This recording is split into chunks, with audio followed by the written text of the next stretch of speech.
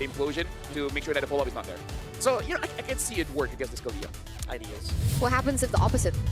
Hey, then you lost. What's Yeah. That's it. So maybe it's like a timing thing between these two teams? Oh, you mean like Kalia catches the Tigreal into her team and then that's bad. That's beautiful. That's bad. Yeah. Actually, yeah. So that's why you don't want to go for the Tigreal. All right. So, ladies and gentlemen, we'll see between Kalia and Tigreal who will make the mistake. That is why I kind of hope for the Kalia, because that's going to be funny as hell. 5 seconds. Imagine that. Imagine in a matchup where all eyes are on VP as the wildcard favorites. AXE comes in and wins game number 1.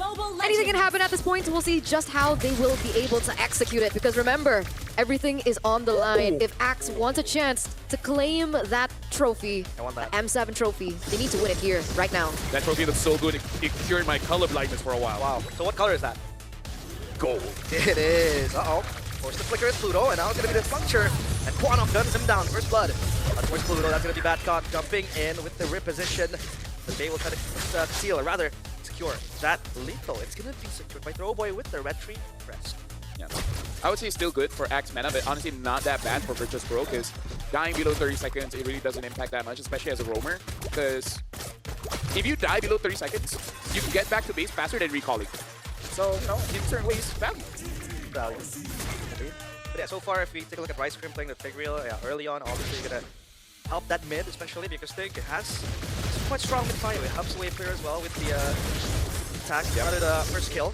Something that I do have to say though, because if we look at the emblem setup, this Claude might be a Claude that can do this forever, right? Having the fighter emblem with the Festival of Blood, if it gets to a point where he has full items and Pluto does not lock him down and able to play around Super Gorka on this carry, hey, maybe this Claude could potentially 1v5. It's going to be difficult because it is against the carry, but the amount of sustain, it could be enough. That's a problem, right? That's a problem because they're banking on that damage from the carry as well, and for the carry to win the lane right now. But very quick to the next neutral objective. Yep, there's going to be the throw in onto the backline. Good lockdown on towards Throwboy, making sure he goes down and under. And now it's going to be Alpha in the middle of the fight, having to toss back. It's going to be Tsunami Slam connecting on towards Alpha. Zorigoist gets the kill too, and Bobber will get another kill. It's going to be Quadok. Assassinated, triple kill. Virtus.pro partying. That was just so clean. Bobber the Beaver. What? The execution was so clean. Like, you'd think that Quanok would have an edge in the early game because of that kill over in that under 30 seconds, but Bobber says no. 3-0-1 already. Zaur to level 4. So we might see what we were talking about during the drafts unfold, but as it stands, Virtus.pro still have that much stronger combo coming for them, right? So if they still commit to another 5v5 around this next neutral objective that will spawn in under 2 seconds, I still think that Virtus.pro have a larger edge over AXE MENA. Now dancing here. Pulse committed. Alpha in the back. Good lockdown. On towards Bobber. Forced to flicker or rather move away. Pulse. None other than the implosion in the hands of Rice Cream. Throwboy gets a turtle, and this is going to be turnaround for AXE MENA. The blazing duet as well. To add insult to injury, 2 kills and a turtle. AXE MENA is on the clapback. I hope I don't jinx it, but this looks like a game that I'm going to enjoy. Right? We see Tracer coming in from both teams, and Rice Cream already showing off the impact that his trigger really has. So both teams trading turtles, Turtle 1 for Virtus.pro, Turtle 2 for AXE MENA, and both of big sets. One from EXP, one from the Roamer. This is turning out to be quite an exciting game. The Pendulum swung hard too, right? 2,000 gold. Remember, in 2 minutes for VP, was shrunk to 200. We're now looking at 400 maybe because of how efficient the farming pattern has been. They were able to push in the top side as well, but AXE MENA, I didn't expect that from happening, especially if we're looking in terms of like combo and burst damage. Wait a second. Oh, okay, the Purify was utilized there. There's not much going for AXE MENA compared to Virtus.pro, especially in the early stage of the game. That continues to be engaged, but Throwboy does not want to commit. At least the Purify blown. And the Quanok conceal. Are they looking for Rice Cream? Is this where the Tigreal? But anyways, again, like having this low Nasus was carry, you can take down the Lord very, very fast. So AXE MENA, they cannot lose pressure, because if not, they can just take it away from them. Get this turtle. Vengeance popped by Uranus. In the backline, he's going to ruin. Will lock down Throwboy in place. Good follow-up. And Zaur will get that kill. He will jump into the backline. Rice Cream gets taken down, jumped down by Zaur. As Speedy, blazing duet committed. Bobber is so low. Oh, the turnaround from AXE MENA. This Battle is super duper low. Super Air Gorka still stands in their way. Alpha will be a-okay.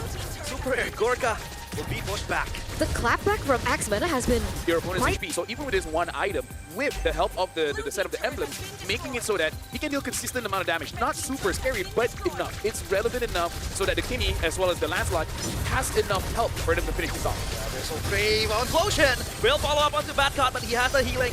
As Rice Grave has to be taken down, the sacrificial lamb, and now Super Air Gorka gunning down Alpha. He is now online. Uh-oh, Speedy. In enemy lines, he's gonna fall the blazing duet. He still survives for so long. Look at that life speed. Even if they lose, that's impressive. Wow. Speedy. Oh my god. This Lord, so important. Throwboy dancing around, fencing. Pops. Phantom Execution is gonna be locked down. That is so wrong, but Throwboy still survived for how many much more as he will be A-OK. Where they're like, they have to actually use all their like brain cells to figure out how to win this game. Like, sure, you see that they get the Lord, perfect, by the way, stopper by Badcott over and over. But for the most part, AXE MENA, now they have two members that they have to think about, right? Quanok is dealing a lot of damage already, and so is Speedy with what he was able to do earlier on. I feel like most of the brain cells are like, we gotta get Speedy, but then how? That's the only thing. Uh-oh. Might be a huge combo here. The Lord gets taken down quickly, so they clear that Lord without having it touch that turret up top. I'm very... What's he building now? He does have... Oh, hold on. Tsunami slam onto Alpha. The vengeance will be good enough to help him escape. Back line! Oh, Badcott with the Throne of Ruin, but Speedy gets deleted instantly. And now they want to re-engage, but no way. AXE MENA is able to do just that. Throwboy, just the puncture. He has no resets. And AXE MENA, it's the first loss in a few team fights they've had. Well, he answered the question, right? How do they take Speedy down? It turns out it was as simple as Badcott looking for a proper setup and everyone else being able to dish out the damage afterwards, right? Super Gorka got him. And now Speedy won't be here for this neutral objective thing. Whoa, Bobber.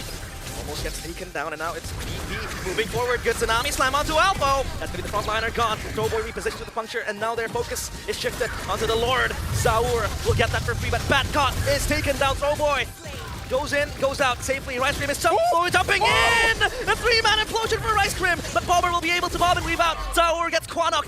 AXE MENA. An axe to their head, it seems like, after what was a heroic play from Rice Cream.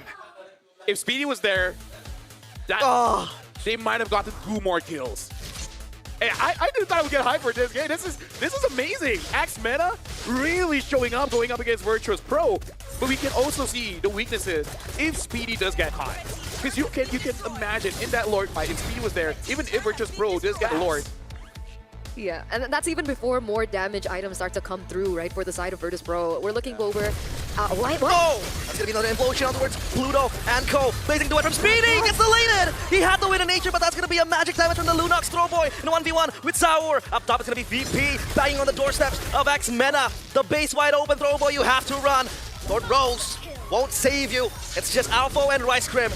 How can they deal with this defense? Let me just say there's 2 MVP candidates from VP right now. It's Badcott and Bober, man. Because Bober, you don't see big, flashy, skills, but it's directed towards Speedy. And Speedy cannot take the damage from Lunok right now. Feels so bitter for AXE MENA after what they did. Tsunami Slam, Vengeance Pop by Alpha, but Bobber is just hitting like a truck. Implosion, is this the comeback? The traction pulse is there, but the Throne of Ruin. And Speedy has to be positioned back. It's a defense, but how far can they hold? Yo, shout out to Rice Cream. That's crazy, yeah.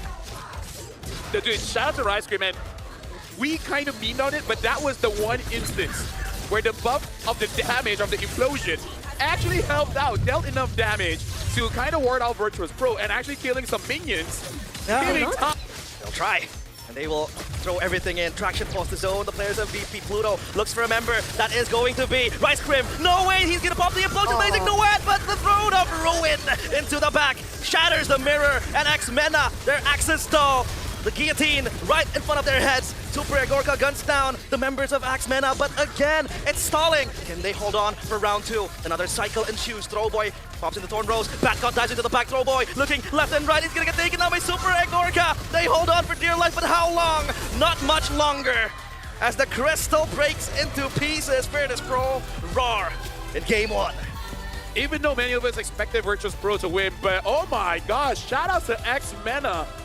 That was, personally for me, one of the best games we've seen here in the wild card, because both teams really showing up. Both teams made multiple plays from Badcott. Choke of unlucky moments where Speedy wasn't there, and yeah.